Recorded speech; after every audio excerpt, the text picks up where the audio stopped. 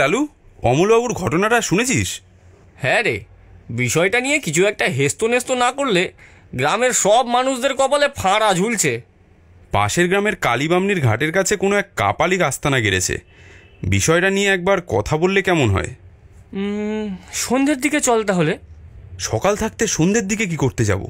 উনি সকালবেলা নিজের কুঠির থেকে বের হন না, তাই একমাত্র সন্ধ্যের পরই তার সাথে দেখা করা সম্ভব।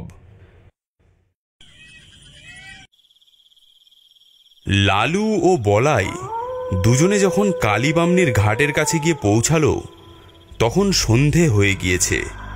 ঘাটের কাছাকাছি পৌঁছাতেই তারা দুজনে দেখল এক জ্বলন্ত অগ্নিকুণ্ডের পাশে বিশাল আকার চেহারার কাপালিক হোম করছে।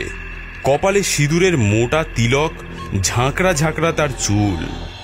বাপরে বাপ, এটাকে তো ভূতের থেকে কম ভয়ানক দেখতে নয় রে। চুপ, এখন কোনো উল্টো পাল্টা কথা নয়। ওং হ্রিং ক্রিং চামুন্ডায়। প্রণাম বাবা। তোমরা কারা? এখানে কি উদ্দেশ্যে? আমাদের গ্রামে বড় বিপদ বাবা। কি বিপদ? আমাদের গ্রামের ডাকাতকালীর মাঠে নানা ধরনের উপদ্রব শুরু হয়েছে, বেশ কয়েকজন মারাও গেছেন। তার সমাধান নিতেই আমার কাছে এসেছিস? আগে হ্যাঁ বাবা। এখনো অবধি ঠিক কি কি ঘটনা ঘটেছে শুনি একবার।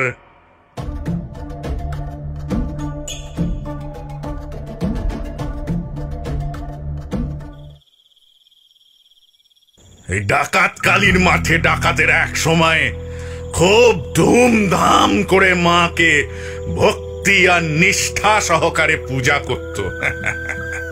তারপর কালক্রমে ডাকাতেরা নিঃশেষ হয়ে যাওয়ায় পরপর সবকিছু যেন হাওয়ায় মিলিয়ে যায়।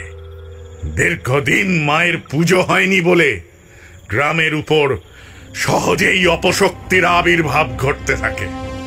আর এই অপশক্তিকে দূর করতে হলে মাকে তুষ্ট করতে হবে। বাবা, তাহলে উপায়? ওং রিং রিং ওং হং চামুন্ডায় স্বাহা।